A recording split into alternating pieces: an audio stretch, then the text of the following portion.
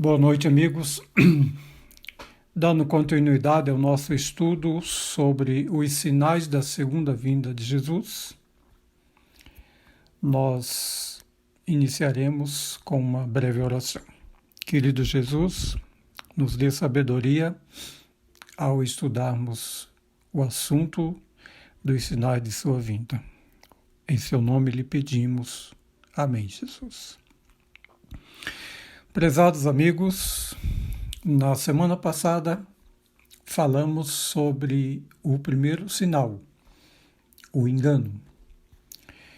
Vimos que o engano é a mola mestra de Satanás para desviar a atenção dos homens do verdadeiro Deus. Dando continuidade ao próximo sinal, nós lemos aqui Mateus 24, a partir do verso 6. Diz assim: E certamente ouvireis falar de guerras e rumores de guerras. Vedes, não vos assusteis, porque é necessário assim acontecer, mas ainda não é o fim. Porquanto, verso 7, se levantará nação contra nação, reino contra reino. As guerras sempre existiram no nosso mundo. Bem antes de nosso Senhor Jesus vir a essa terra, as guerras já faziam parte do cotidiano da humanidade. Vemos a guerra dos babilônios contra os judeus, culminando com a derrota do povo judeu e a destruição de suas cidades, levando uma parte da população para o cativeiro babilônico. Após isso, vemos a guerra dos medos e persas contra a própria Babilônia. Posterior, vemos também a guerra dos gregos contra a Medopécia. E, por último, antes do nascimento de Jesus, vemos a guerra dos romanos contra os gregos. Porém, aqui Jesus está falando de guerras no futuro, né? Já próximo à sua vinda. E nós podemos dizer que ele está falando do fim. O fim do tempo do fim. Por que falamos isso? Porque nós já vivemos o fim de nossa era aqui nessa terra, né? O tempo do fim da humanidade, né? Nós cremos que Jesus já está às portas, já está se preparando para voltar. O século XX foi marcado por várias guerras. As duas principais, a Primeira e a Segunda Guerra, retratam um cenário de tristeza, um cenário caótico, símbolo da crueldade humana, liderado pelo inimigo de Deus por nome Satanás. Entre as duas guerras, entre a Primeira Guerra Mundial, em 1914, o início, culminando no ano de 1918, né?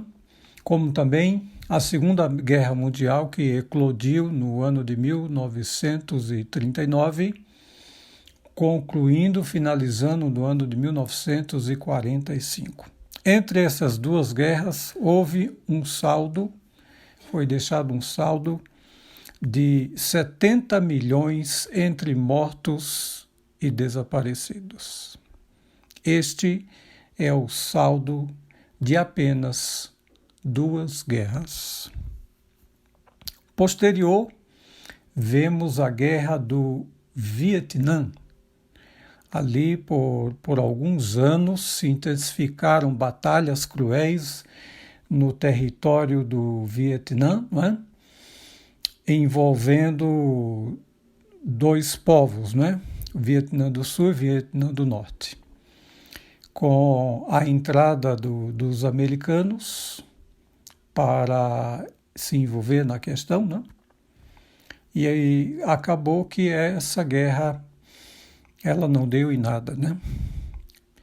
Lamentavelmente, as guerras, elas são travadas objetivando alguma coisa, às vezes algum território, às vezes o domínio, às vezes a supremacia global, não é? As guerras sempre foram as armas do inimigo para massacrar pessoas. E nosso Senhor Jesus falou disso, né? Atualmente há pelo menos 2 guerras acontecendo no nosso mundo. Porém, o que mais nos assusta hoje é que o mundo vive à beira de uma 3ª guerra mundial, envolvendo diversas nações. Nos causa muito susto, ficamos preocupados, apreensivos. Mas, amigos, em João, no Evangelho de João, no capítulo 14, e do verso 1, nosso Senhor Jesus, ele nos dá uma orientação, uma esperança, um ânimo, né? Ele fala aqui em João 14, do verso 1, ele diz assim: não se turbe o vosso coração. Credes em Deus, crede também em mim. Ele nos diz para não ficarmos turbados, quer dizer, preocupados, apreensivos. A maldade sempre estará presente nesse mundo mau. Enquanto Jesus não retornar a essa terra, a crueldade, a frieza das guerras sempre estarão presentes neste mundo. Porém, Deus ainda mantém o controle da história deste mundo.